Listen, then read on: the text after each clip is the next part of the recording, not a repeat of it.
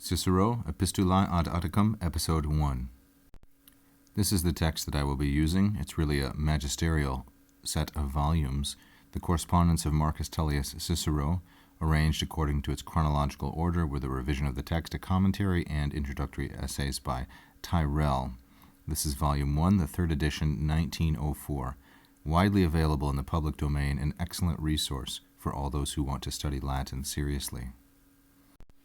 Here we have first the title of the first letter, to Atticus, ad Atticum, at Athens. Rome, December, AUC, ab urba condita, from the founding of the city, 686. As the city of Rome was founded in 753, this is the 686th year since its founding, which is BC before Christ 68, also aetate Ciceronis 38. Aetate is an ablative of time from the noun aitos, the third declension feminine aitos, and Ciceronis is the genitive. So, in the 38th year of Cicero's life, in the life of Cicero, number 38. So that gives us a very specific time for when this letter was written, and these are all additions by the editor, very helpful ones. Then the editor for each letter, this is Tyrrell, gives his own Latin summary of the contents. So, de Luci Ciceronis fratris Patruellus morte, on the death, de morte, of Lucius Cicero, fratris Patruellus, his cousin. De Quinti fratris animo in uxorem suam, on the attitude or disposition animo of his brother Quintus, Quinti fratris, toward his own wife, who was the Attici sororem, the sister of Atticus. So then we learn that Marcus Cicero's brother Quintus was married to Atticus's sister, and this is how the families were connected. Atticus's sister was married to Marcus Cicero's brother Quintus. So Tyrrell goes on and says, de animo Quinti fratris, on his attitude, that of his brother Quintus, toward his wife, the sister of Atticus, et placando et regendo, on placating and managing his attitude. That is, they are together conspiring on how they can make Quintus more well-disposed to his wife. De intermissione litterarum, on the interruption of their correspondence. De negotio Aquitiliano, on that business with Aquitilius. De negotio Aquitiliano. De Lucei offensione leniende, on reducing or lessening, de lenienda, lightening, Lucaeus's dislike or disregard for Cicero. De re Tatiana, on that business with Tatius. De epirotica emptione Attica, on his purchase, the purchase of Atticus in Epirus, Epirotica. De ornando Tusculano, on decorating his Tuscan villa. And concerning, finally, the health, valetudine, and the kindness of Terentia, Terentii. So Terentia was Marcus Cicero's wife. So that by way of editor's introduction. Now we come to the very first sentence of the actual letter from Cicero to Atticus.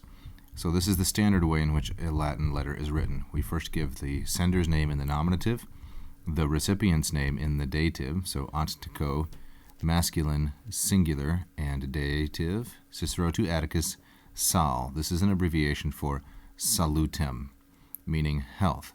So Cicero to Atticus, dicet is the implicit verb, dicet salutem, says, hello, good health, may you be in good health. This is the common way of saying hello. The imperative, salve, in the second singular, the imperative salve can mean the same thing, but it is not used at the beginning of a letter as the address. Quantum dolorem acceperim et quanto fructusim privatus et forensi et domestico luci fratris nostri morte in primis pro nostra consuetudine tu existimare potes. Cicero begins the sentence with this interrogative, quantum. Quantum is an interrogative modifying dolorem, an interrogative adjective. How much grief, quantum dolorem acceperim, I have received. Acceperim is a perfect subjunctive. And this sentence begins with a subordinate clause. It begins with inter rogatio obliqua. It begins with an indirect question. Just how much grief I have received, and quanto fructu, how much pleasure or delight, sim privatus, I have been deprived of. Sim privatus is also a perfect subjunctive, but it is a perfect passive subjunctive. So we have these two interrogative clauses, quanto fructu, sim privatus. Quanto fructu is an ablative of separation. Quantum dolorem is the direct object of a caperim. So how much grief I have taken in and how much joy I have been deprived of. And then we have two modifiers for fructu. We have forensi et domestico, et. So both forensi and domestico are masculine, singular, and ablative because fructu is masculine, singular, ablative.